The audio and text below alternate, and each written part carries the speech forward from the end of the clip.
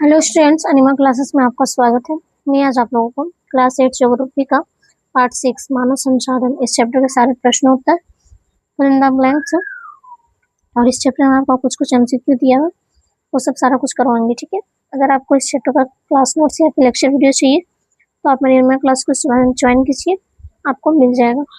आपको इस चैप्टर का क्लास नोट्स जो है वो इस वीडियो के डिस्क्रिप्शन में मिल जाएगा और लेक्चर वीडियो के डिस्क्रिप्शन से भी मिल जाएगा। आप लोग लिंक को टच कीजिएगा और टेलीग्राम को खोलिएगा तो आपको टेलीग्राम में इसका नोट्स मिल जाएगा, पीडीएफ के रूप में है।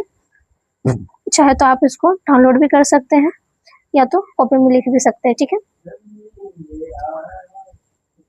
क्लास 6 से लेकर 12 तक के स्टूडेंट्स के लिए हर एक सब्जेक्ट का, चाहे वो हिंदी हो, इंग्लिश हो, मैथ हो, साइंस हो या सोशल साइंस हो, हर एक सब्जेक्ट का आपको लेक्चर वीडियो, प्रश्नोत्तर वीडियो, क्लास नोट्स पीडीएफ के रूप में और तो और एमसीक्यू, पीवाईक्यूज और क्वेश्चन बैंक के भी क्वेश्चन आंसर अवेलेबल कराया गया है। तो आप लोग अनिमा क्लासेस को जरूर से जरूर सब्सक्राइब कर लीजिए, क्योंकि जब तक सब्सक्राइब नहीं कीजिएगा तो आपको हर एक वीडियो आसानी से अवेलेबल नहीं हो पाएगा।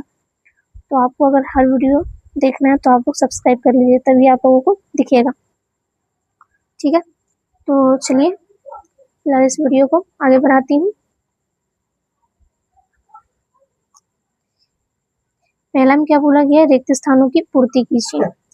तो पहला में क्या चाहिए, उद्योग एक देश क्रिया है, तो उत्तर क्या हो जाएगा, द्वितीय। दूसरा में क्या बोला गया, सूती वस्त्र उद्योग के लिए प्रमुख कच्चा माल देश है, तो उत्तर क्या हो जाएगा, कपास।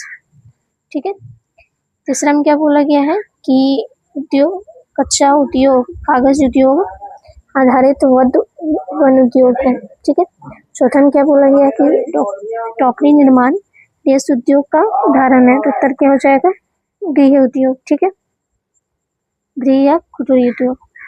पांचवा में क्या पूछा गया है कि टाटा लोहा इस्पात उद्योग को कोयला देश से प्राप्त होता है, उत्तर क्या हो जाएगा, स्वर्ण रेखा। दूसरा नंबर में क्या पूछा गया है कि सही उत्तर लिखे। तो पहला में क्या है, चीनी उद्योग का कच्चा माल है, क गन्ना, ख चुकंदर, ग पटसन या घ एक एवं ख दोनों, उत्तर क्या हो जाएगा, गन्ना भी और चुकंदर भी, मतलब उत्तर क्या हो जाएगा, क गन्ना। दूसरा में क्या पूछा गया, सहकारी क्षेत्र के उद्योग का उदाहरण है, क हिंदुस्तानी एरोनॉटिक्स लिमिटेड, ख मारुति उद्योग लिमिटेड, ख स्टील अथॉरिटी उद्योग लिमिटेड या घ आनंद मिल्क यूनियन, तो उत्तर क्या हो जाएगा, हिंदुस्तान एरोनॉटिक्स लिमिटेड। तीसरा में क्या बोला गया है कि निम्नलिखित में से कौन खनिज आधारित उद्योग है, क लोहा इस्पात, ख सूती वस्त्र, ग कागज, घ रेशम, उत्तर क्या हो जाएगा, क लोहा इस्पात। चौथा में क्या पूछा गया, भारत का सिलिकॉन शहर किसे कहा जाता है, उत्तर हो जाएगा बेंगलुरु। ठीक है, पहला में पूछा गया विश्व का सर्वाधिक जनसंख्या देश की है, तो उत्तर हो जाएगा चीन। दूसरा में क्या पूछा गया, विश्व की लगभग 10% जनसंख्या उत्तरी गोलार्ध में निवास करती है, तो उत्तर हो जाएगा 90%। ग में क्या पूछा गया है कि जनसंख्या के लिए देश जलवायु अनुकूल है, तो उत्तर हो जाएगा मध्यम। ठीक है, चौथा में क्या पूछा गया है कि 2011 की जनगणना के अनुसार झारखंड की लिंगानुपात देश है, तो उत्तर क्या हो जाएगा 948। दूसरा में क्या पूछा गया, सही उत्तर लिखे, यानी एमसीक्यू टाइप का है, सही उत्तर बताना है। पहला में क्या पूछा गया, सर्वश्रेष्ठ संसाधन होता है, क खनिज, ख वन या ग मानव या फिर घ जल, उत्तर क्या हो जाएगा, ग मानव। दूसरा में क्या पूछा गया है, निम्नलिखित में विरल जनसंख्या का क्षेत्र है, क सहारा मरुस्थल, ख दक्षिणी एशिया या ग दक्षिण पूर्व एशिया या फिर ग उत्तरी पूर्वी यूएस, तो क्या हो जाएगा, क सहारा मरुस्थल। झारखंड का जनसंख्या घनत्व है, क 414, ख 382, ग 280 या ग 214, उत्तर क्या हो जाएगा, क 414। चौथा में क्या पूछा जा रहा है, जनसंख्या परिवर्तन का कारण है, क जन्म दर, ख मृत्यु दर, ग प्रवास या घ उपयुक्त सभी, उत्तर क्या हो जाएगा, उपयुक्त सभी।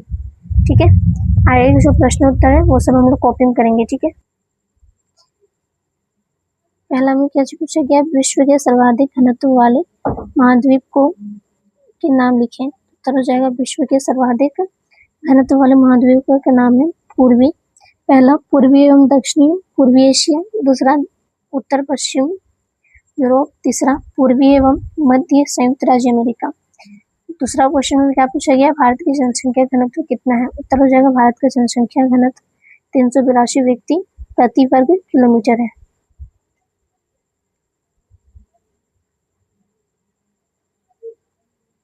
उसके बाद तीसरा में क्या पूछा गया, जनसंख्या के वितरण को प्रभावित करने वाले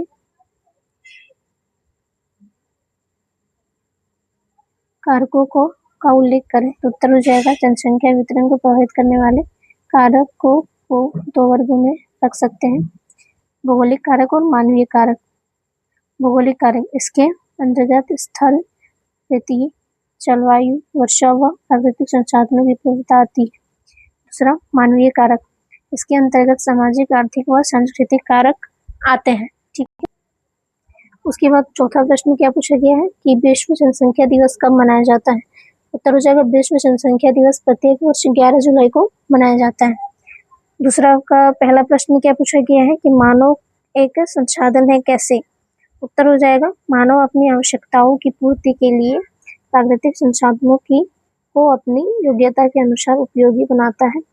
इसके लिए वह अपनी शारीरिक क्षमता व तकनीकी ज्ञान का उपयोग करता है, अर्थात मानव के बिना संसाधनों को विकसित कर सकता है। इस प्रकार मानव अपनी क्षमताओं और योग्यताओं का उपयोग करता है, अतः मानव एक महत्वपूर्ण संसाधन है। तीसरा में क्या पूछा गया है कि जलवायु किस प्रकार जनसंख्या वितरण को प्रभावित करती है। तो उत्तर हो जाएगा अत्यधिक उष्ण तथा शीत प्रदेश मानव बसाव के अनुकूल नहीं होते हैं, वहाँ आर्थिक क्रियाकलाप भी अत्यंत कठिन होती है, अतः वहाँ विरल आबादी मिलती है, जबकि उष्णाई और शीतोष्ण प्रदेश में रहना और जीवन यापन करना अत्यंत सरल होता है यहाँ, अतः वहाँ सघन आबादी मिलती है। ठीक है। उसके बाद तीसरा में क्या पूछा जा रहा है कि जनसंख्या परिवर्तन की 3 प्रमुख प्रक्रियाएं कौन कौन सी है। तो उत्तर हो जाएगा जनसंख्या परिवर्तन की 3 प्रमुख प्रक्रियाएं हैं। पहला जन्म दर, जन्म दर में वृद्धि से जनसंख्या में वृद्धि होती है, संगठन का स्वरूप भी बदल जाता है। दूसरा मृत्यु दर, मृत्यु दर उच्च रहने पर जनसंख्या में भी कमी आती है। जन्म दर से अब हम लोग जानेंगे, जबकि मृत्यु दर कम रहने पर जनसंख्या में वृद्धि होती है। तीसरा हम जानेंगे प्रवास, प्रवास का तात्पर्य एक क्षेत्र या देश से पूरे क्षेत्र या देश में जनसंख्या का स्थानांतरण है।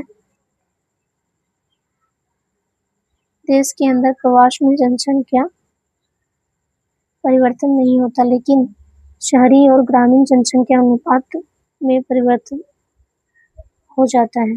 दूसरे देशों के प्रवास करने अथवा दूसरे देशों से अव्रजन से जनसंख्या और संगठन में परिवर्तन हो जाता है। चौथा में क्या पूछा गया है कि प्राकृतिक प्रतिकूलता के बाद भी जनसंख्या की कई नगरों की जनसंख्या घनत्व अधिक है, क्यों। उत्तर हो जाएगा प्राकृतिक प्रतिकूलता के बाद भी झारखंड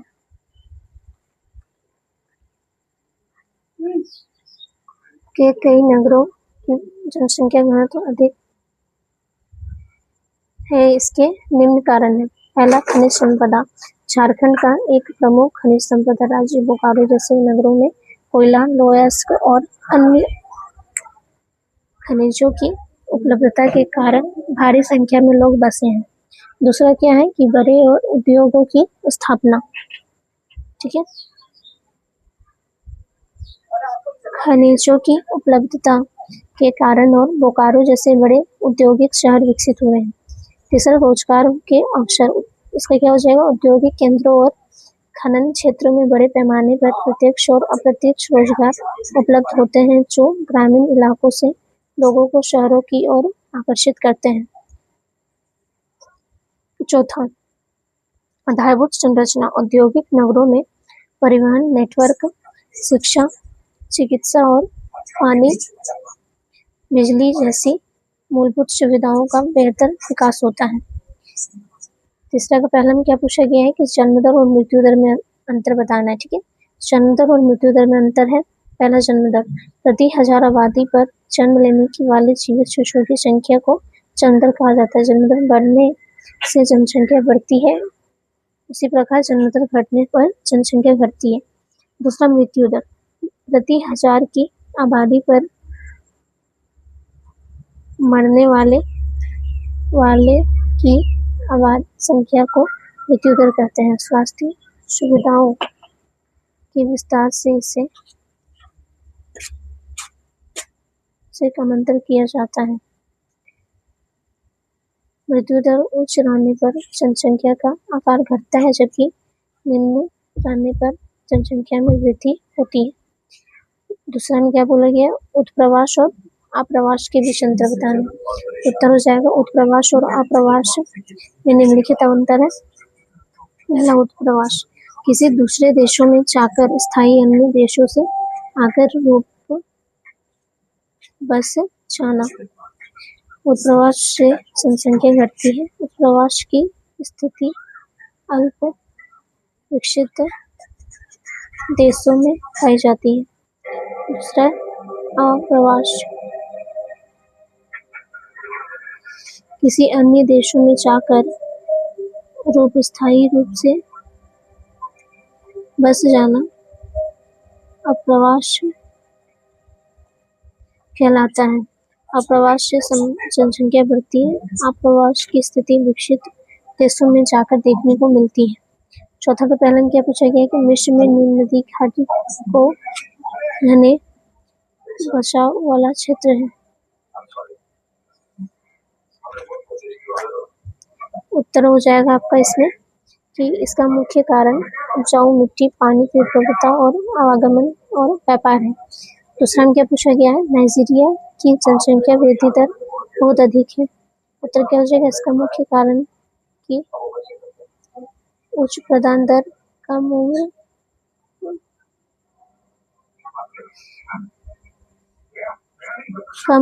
उम्र में विवाह से उच्च शिक्षा का अभाव और परिवार नियोजन। ठीक है, पांचवा का पहला में क्या पूछा गया है कि जनसंख्या परिवर्तन से आप क्या समझते हैं। जनसंख्या परिवर्तन के मुख्य कारक कौन से है, व्याख्या करें। तो उत्तर हो जाएगा, किसी देश अथवा क्षेत्र की आबादी का आकार, वितरण और संगठन में होने वाले बदलाव जनसंख्या परिवर्तन के मुख्य कारक हैं। जब किसी क्षेत्र विशेष में जन्म दर, मृत्यु दर अधिक होती है तो जनसंख्या बढ़ती है। इसी प्रकार जन्म दर,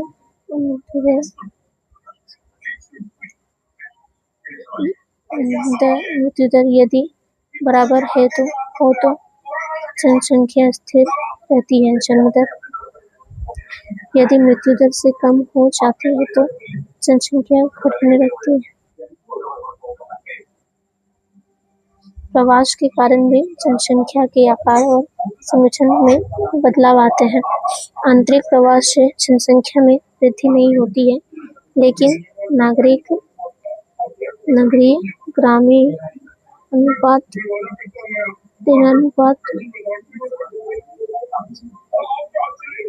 होता है और उत्प्रवास से जनसंख्या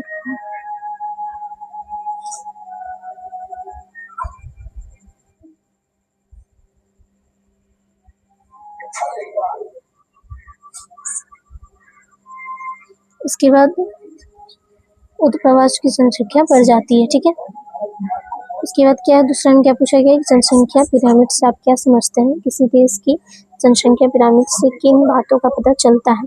उत्तर हो जाएगा, किसी देश अथवा क्षेत्र के लिंगानुपात और आयु संरचना का प्रदर्शित करने के लिए जिस आरेखीय विधि का प्रयोग किया जाता है उसे जनसंख्या पिरामिड के निम्न बातों का पता चलता है।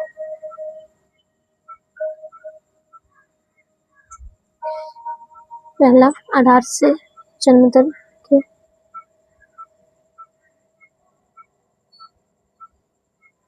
अधिक या कम होने का संकेत मिलता है। दूसरा, अविकसित या अल्प विकसित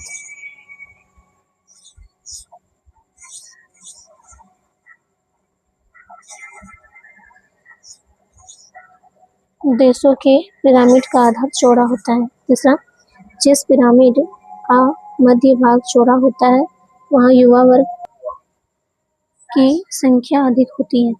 चौथा लास्ट में क्या होगा आपका कि कम जन्म दर एवं कम मृत्यु दर वाले देशों का पिरामिड का आधार संग्रह होता है। यह स्थिति विकसित देशों में होती। तो आज मैं आप लोगों को इस चैप्टर के सारे प्रश्नों उत्तर करवा चुकी हूँ, फिल इन द ब्लैंक्स भी। आपको मैं बार बार बोल रही हूँ कि आप लोग मन में सब्सक्राइब कर लीजिएगा। जब तक आप लोग सब्सक्राइब नहीं कीजिएगा तब तक आप लोगों को कुछ भी आसानी से अवेलेबल नहीं हो पाएगा, तो इसलिए आप लोग सब्सक्राइब कर लीजिएगा, ठीक है। आशा करती हूँ कि आपको मेरा वीडियो पसंद आया होगा। धन्यवाद।